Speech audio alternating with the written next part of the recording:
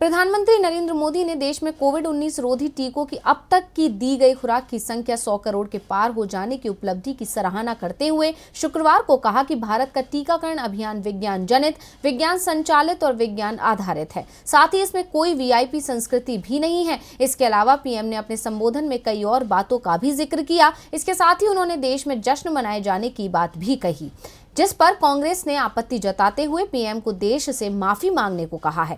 क्या है मामला और कांग्रेस ने पीएम पर क्या लगाया आरोप, देखिए रिपोर्ट। देश में 100 करोड़ लोगों का टीकाकरण हो चुका है, जिसको लेकर आज पीएम मोदी ने देश को संबोधित किया और अपनी खुशी जाहिर की। लेकिन अपने इस संबोधन के बाद पीएम मोदी विपक्ष के निशाने पर आ गए हैं और कांग्रेस ने प्रधानमंत्री नरेंद्र मोदी पर आरोप भी लगाया कि पीएम मोदी ने गलत जानकारियां देकर भ्रम फैलाया है, जिसके लिए उन्हें देश से क्षमा मांगनी चाहिए।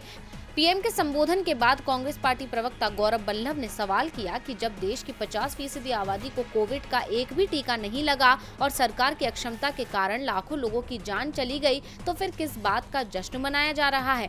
दरअसल पीएम मोदी ने राष्ट्र को संबोधित करते हुए लोगों से आगामी त्योहारों के दौरान भी कोविड-19 संबंधी दिशा निर्देशों का पालन करने और किसी तरह की लापरवाही न करने की अपील की, जिसके बाद कांग्रेस प्रवक्ता बल्लभ ने कहा, प्रधानमंत्री जी ने कुछ ऐसे तथ्य रखे जो आधे अधूरे थे और गलत भी थे। इनसे वैज्ञानिक समुदाय में भ्रम फैल सकता है। प्रधानमंत्री जी एंटायर पॉलिटिकल साइंस, इवेंटोलॉजी और वस्त्रोलॉजी के बारे में बात कर सकते हैं, लेकिन स्वास्थ्य और महामारी जैसे संवेदनशील विषय पर उन्हें गलत जानकारी नहीं देनी चाहिए थी।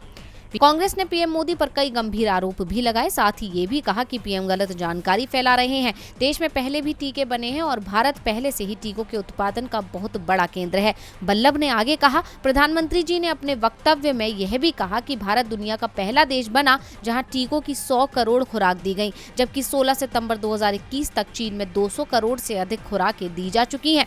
इसके अलावा गौरव बल्लभ ने कहा कि अभी तक सिर्फ 21% आबादी को ही दोनों टीके लगे हैं। क्या यह महोत्सव का समय है जब 50% आबादी को एक भी टीका नहीं लगा है? देश के बच्चों को तो अभी तक टीका लगना शुरू भी नहीं हुआ है। ऐसे में देश को महोत्सव नहीं मनाना चाहिए। टीवी लाइव की रिपोर्ट।